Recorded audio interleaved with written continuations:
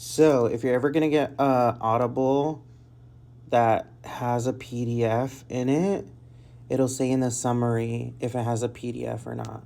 So it'll say this Audible edition includes a PDF that contains a map and journal from the book.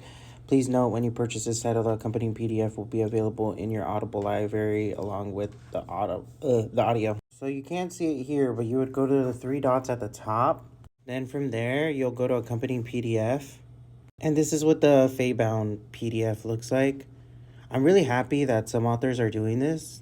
They have like a whole glossary because it really helps to have like the glossary and the map just when you're listening to the audiobook. But to be honest, I wish when you got an audiobook, it also came with like a free ebook version of the book that you can just reference to at any point because you're already buying the audiobook. You're already getting a PDF, might as well get like an ebook version that you can just like quickly reference. I just wish that more audiobook companies and more authors actually opted into this like PDF option because it would really help just with like map referencing, especially when it comes to like being able to reference the glossary. Because I read a book recently that they pretended like you were already a part of this world, and they were like, okay, good luck.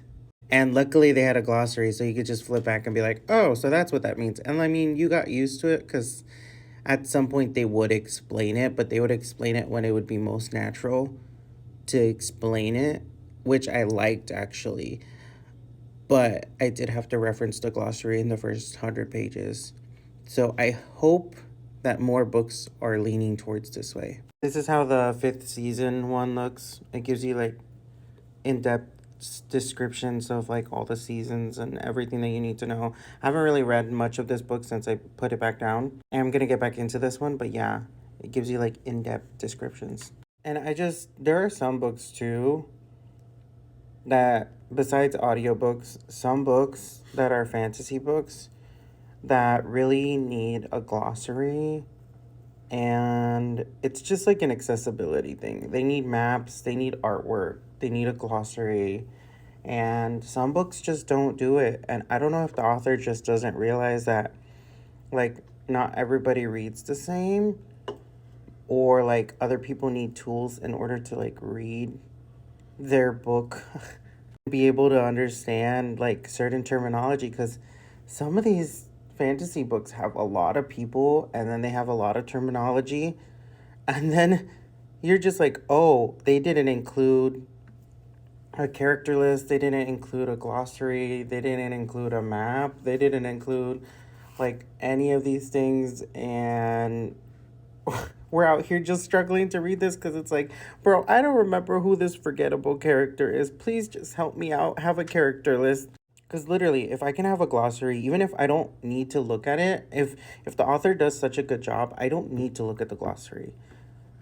But if the author doesn't do a really good job at explaining things, then it's like, damn, I need to look at the glossary. Oh, damn, they don't have a glossary. And that's like one thing that really makes me want to put a book down sometimes. If it feels like work, I really don't want to read it. If it feels like I need to be remembering every single thing the author is telling me, I'm like, ha, I must not be that much of a fan because I'm not going to struggle bust this. I am going to put this book down.